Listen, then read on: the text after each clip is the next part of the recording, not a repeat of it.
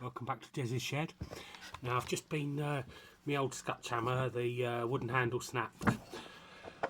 I couldn't get another, well I've replaced on site, I was using it and the handle snapped. I tried redoing it, it snapped again. I was fed up, I couldn't get another handle, so I went and bought another one. Looks like, there we are. Thought I'd lost it for a minute.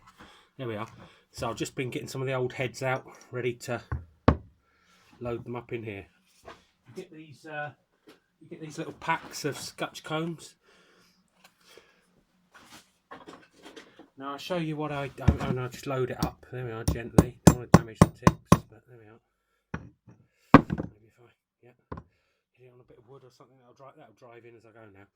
Okay, so I thought I'd show you a couple of my hammers. What I use.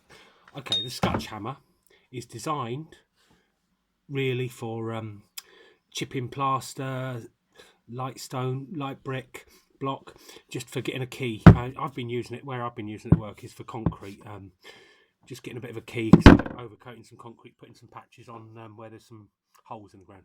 So but I use it for stonework as well. I use it for help trimming up, so I thought I'd show you some of the hammers I use because I like stone. I don't know if you've seen some of my work, I've done moongate and things. Oh, did I mention that before? And one day I will do a video about that, don't worry.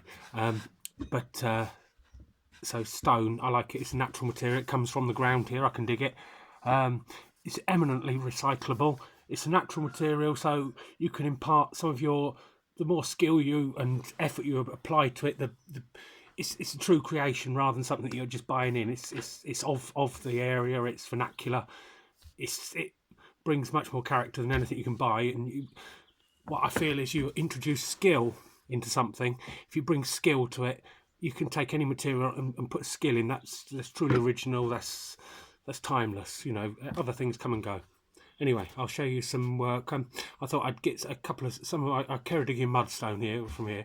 It's quite sort of slaty, shaly stuff, varying levels of shaliness. Quite brittle when you hit it, but I'll show you how you sort of bring it into order. How you might cut corners, as in create corners. You know. With some of the hammers I use. Okay, bear with me.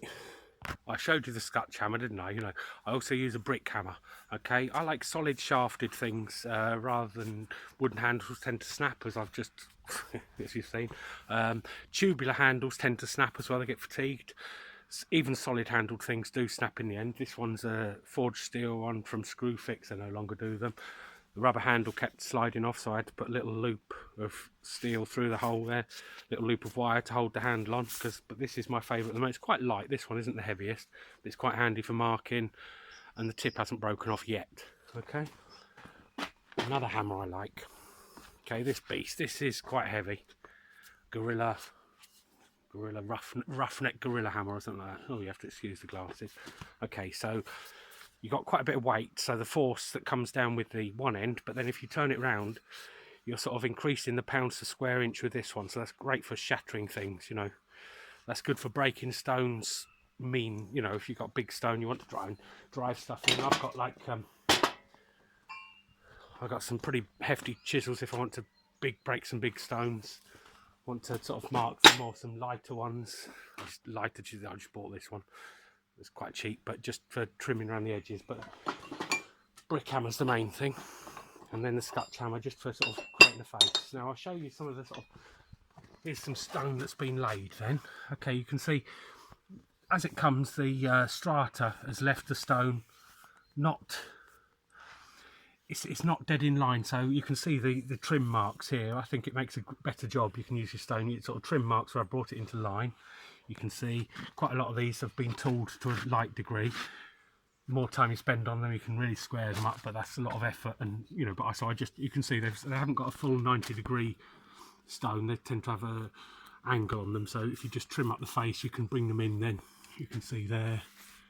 You see a lot of the stones have all had a little bit of trimming, and it sort of helps you bring in the closer the joints. Because I try to, when you're actually laying, although it's now looks bigger than that, but I try to use my small finger as a guide for the width, because as the stones angle away, then the depth of the width of the mortar pointing is going to increase anyway. So that's what I aim for if I'm using mortar. If you're doing dry, obviously, but you try and push it all together.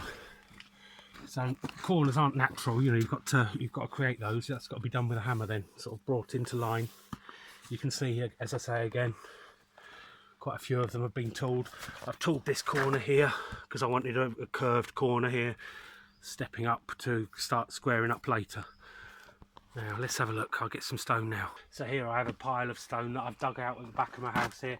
This is as dug then mostly, and there's the odd one from a river stone and a couple of some other shaly ones from elsewhere, but you can see the angles aren't great. So if you were going to lay those together, you'd see you'd have big if you were building the wall, because you always build the wall in depth in, and then just the face is what you see is only a very little part of the actual stonework. But you could see these, they'd want trimming up to square them up, otherwise you'd have bigger voids. It'd be difficult to create. You can see how you'd have a little bit of difficulty getting tidy. You have larger holes between, so you'd want to trim it up to tidy it up. So let's take this one here. Okay, you can see that's not bad. That's nearly square, isn't it? Okay, so if I was to, I use a square then to give me an idea where that wants trimming. You see, and I just, well, it's going to be difficult, isn't it, when I'm holding this? You're going to have to bear with me on this. Okay. So there we are, that gives me an idea where I'm going to cut. Okay, it's going to be noisy. I have to do it with my foot, won't I?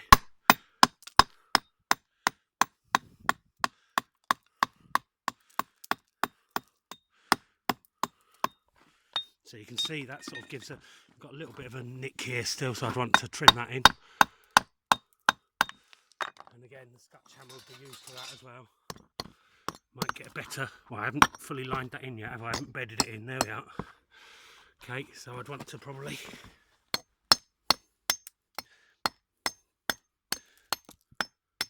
well, it's not easy when you're holding a camera, but you can see how we bring that into shape.